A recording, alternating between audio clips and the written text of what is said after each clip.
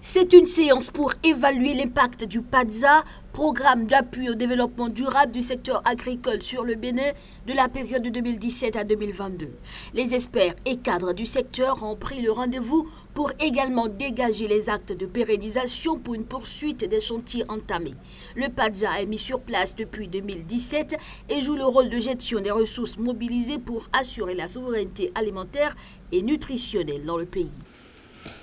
Le programme d'appui au développement durable du secteur agricole PADSA, qui couvre la période 2017-2022 pour un montant global de 45,9 milliards de francs CFA, vise, comme le plan stratégique de développement du secteur agricole, à assurer de façon durable la souveraineté alimentaire et nutritionnelle et à contribuer au développement économique et social des hommes et des femmes du Bénin, ainsi qu'à l'atteinte des objectifs de développement durable.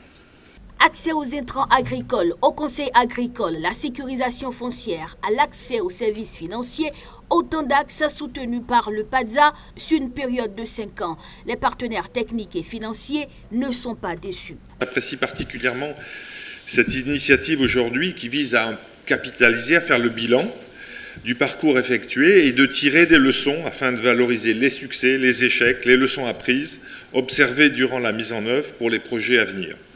On va essayer de retenir ce qui peut être mis à l'échelle, valoriser ce qui fonctionne, essayer d'éviter de répéter des choses qui n'ont pas fonctionné et proposer un modèle qui puisse, dans les cycles futurs, fonctionner. Le PADSA a déjà fait ses preuves. Le secteur agricole a vu des impacts à plusieurs niveaux. Le gouvernement en est satisfait. Après 5 années de mise en œuvre, le PADSA a accompagné le secteur agricole sur plusieurs chantiers. Il s'agit notamment de l'amélioration de la productivité, de l'accès des exploitants agricoles aux services, comme les intrants, le conseil, le financement et foncier, du cadre réglementaire de l'exercice de leurs activités, de la gouvernance et du financement du secteur. À cet effet, le PADSA a suscité la mesure périodique de l'accès des exploitants agricoles aux services de productivité par la conduite de plusieurs études afin d'apprécier les progrès réalisés par la réforme dans la satisfaction des besoins des producteurs.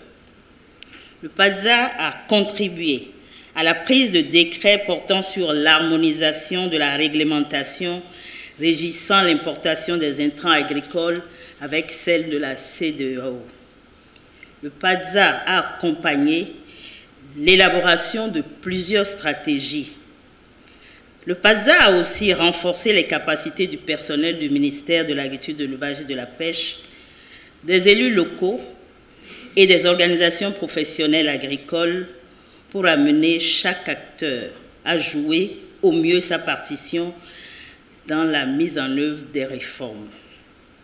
Toujours dans cette perspective, des investissements ont été faits pour renforcer les capacités des structures du MAEP. 3 panels ont meublé cette journée de travaux avec les cadres du ministère de l'Agriculture, de l'Élevage et de la Pêche. Les thèmes ont porté sur la digitalisation, la formation professionnelle et l'entrepreneuriat en agriculture.